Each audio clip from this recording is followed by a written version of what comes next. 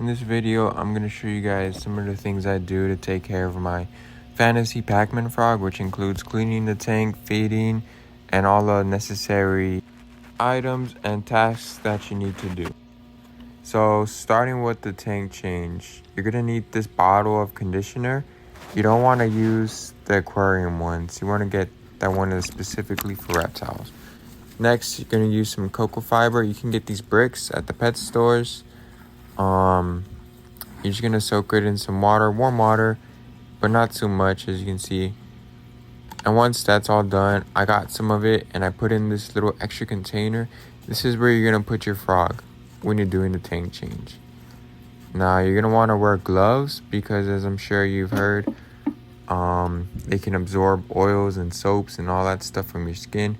So make sure to use gloves when handling your frog. As you can see, I'm holding mine. He's chill about it. I'm just going to put him in this container and continue cleaning his tank. The next step is to basically take everything out of the tank and put it all back, but with the new bedding, new cocoa fiber.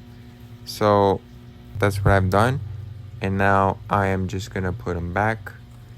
And it's going to probably take him a while to get used to it again. I know mine gets pretty nervous when I do my tank change. So I do it maybe around every 2 months or so, more or less. And as you can see, he starts pooping after the tank change. And this is him a couple hours after. He's already settled in and calmed down. So these pacman frogs, they do require a lot of humidity, and they also don't like cold tanks. I know my house gets kind of cold at night, and I do have a little heater sticky pad that's on the back of the tank, and that does help increase the heat at night. But this next part is just me showing you guys different bugs you can get at PetSmart or Petco, wherever. I like to get crickets and superworms. Those are my staples. But you can also get like dubia roaches and worms. I also get those as well. So for the crickets here, I'm just giving them some oats, and I also like to throw in some other little veggies. You can do the same, or you can use the store-bought ones that are specifically made for feeder crickets. But I like using just the regular food from the fridge. The container has some holes just for some ventilation.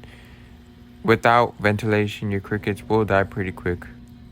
I've also seen that fish food does pretty good for feeder insects, so that can work as well.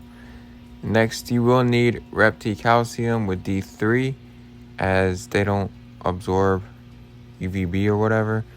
You can just give them LED lights. You don't need those kind of special lamps. I like to feed mine a super worm once a week, or maybe like 5 crickets a week, you know. Sometimes I do like 2 or 3 every few days. That's my feeding schedule. And I like to as well dust the crickets with that calcium. Dusting the bugs is pretty easy with calcium just because it sticks to their skin. And this is just when I got my frog. I got him at Petco in 2022, and it is currently 2025. So I've had him for over 3 years now. I do like to mist his tank twice a day, once in the morning and then once at night. I do use a spray bottle and that Repti Safe conditioner, the one I showed you in the beginning. Just a few drops of that in the bottle, and that'll keep his humidity up, and I won't have to worry about him getting ill. Pacman frogs are pretty fun to own just because they're very easy. You don't gotta do much. Just change your tank every once in a while, feed them every once in a while. Also, keep them in a small tank. Mine is 3 gallons, but 5 gallons also works.